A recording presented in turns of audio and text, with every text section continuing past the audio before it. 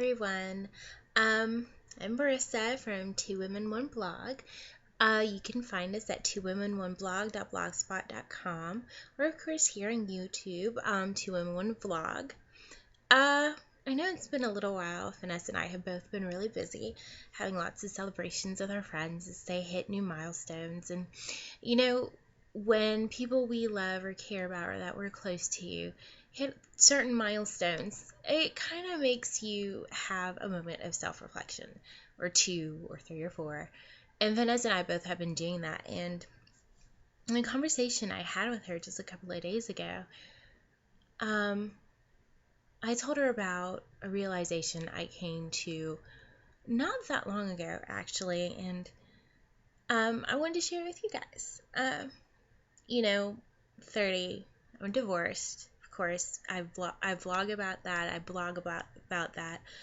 I'm really open about it because it's not like some dirty little secret. Sometimes things just don't work out, or sometimes are meant to be for a certain season, not necessarily a lifetime.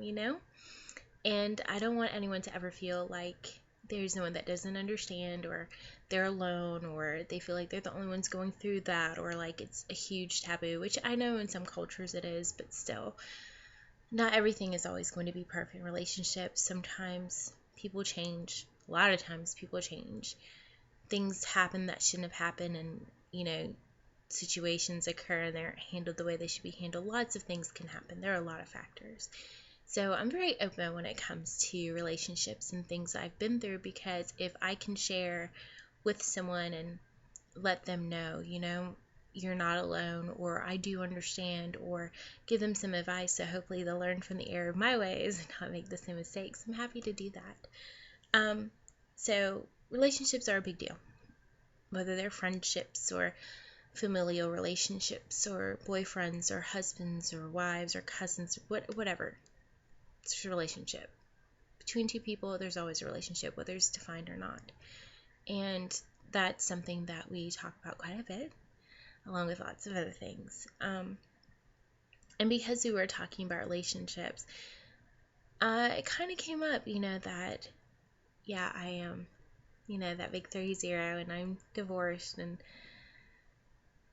it came a point where I had to kind of stop and sit down and shut the world out and find my voice, because I had lost it.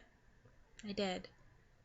I think I've said it before, or at least I've blogged it before, about living up to, family's expectations, especially coming from certain cultures. There's a lot of strain and a lot of stress put on that. And for the longest time, I lived my life to make other people happy. That is never okay. Life is too short for that. You lose yourself doing that, you will never be happy. At the end of the day, you should always try to make God happy, try to make yourself happy. And of course, if you're seriously high, like your husband, your wife, or whatever, you should strive to make them happy too, but God above all else, and of course yourself. Because, when that time comes, we die alone, We answer for our sins and our transgressions and our shortcomings by ourselves. And we also have to answer to ourselves for our regrets and those opportunities that are lost that we can never have again. We are questioning ourselves, what if? I never want to be that way. I don't want to ever ask what if. I want to at least know that I gave it a try or an opportunity, and if it didn't happen, then it obviously wasn't meant to happen. But again, for the longest time, getting back on subject from my tangential conversation, I was living to make other people happy.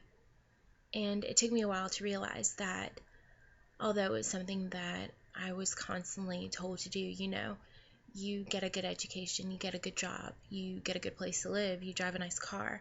These are the things that mean success. These are the things that make you happy. These are things that you need. These are the things you should want. I don't want corporate America. I don't want to drive a fancy car. I love my Nissan. I do. It took me a long time to realize what I wanted, and what I wanted for my life, and what would make me happy. I want to be a writer. Everyone knows that. wanted that for years. It's something I've always worked on. So even the past year, of course, with everything I was going through, I kind of lost the inspiration. So thanks to my sweet little honey, my wonderful boyfriend, he kind of helped me find what I had lost. And of course, doing the blog with Nessie helped too. I want to have a family. I want to build the kind of family that I always wanted and never had. I want to have, a happy, healthy, wonderful marriage and home, and I want to be a mom. So that's what I want. I want to build a home for my husband and my kids whenever those things come along for me. And I want to be a writer. I don't want to be famous.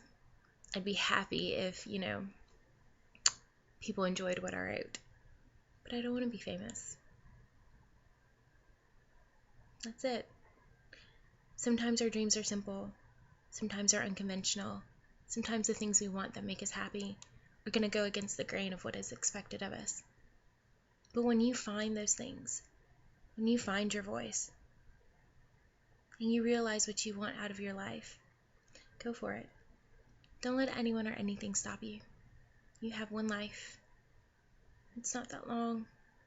But you should fill it to the brim with everything wonderful, everything that you want to see and do. Run after your happiness. Chase it. Chase it down. Steal it. Do what you need to do. Everyone deserves to be happy. And happiness is a choice. It took me a long time. It took me a long time not to be ashamed of, what I wanted. I'm not ashamed anymore. It's what I want. That will make me happy. So what's your happiness? What will make you happy? Are you living for yourself? Or are you living for other people?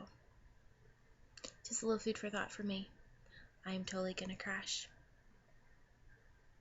Lots of love to you guys. Until another time, I do wish you all love and happiness of the truest kind. So, bye.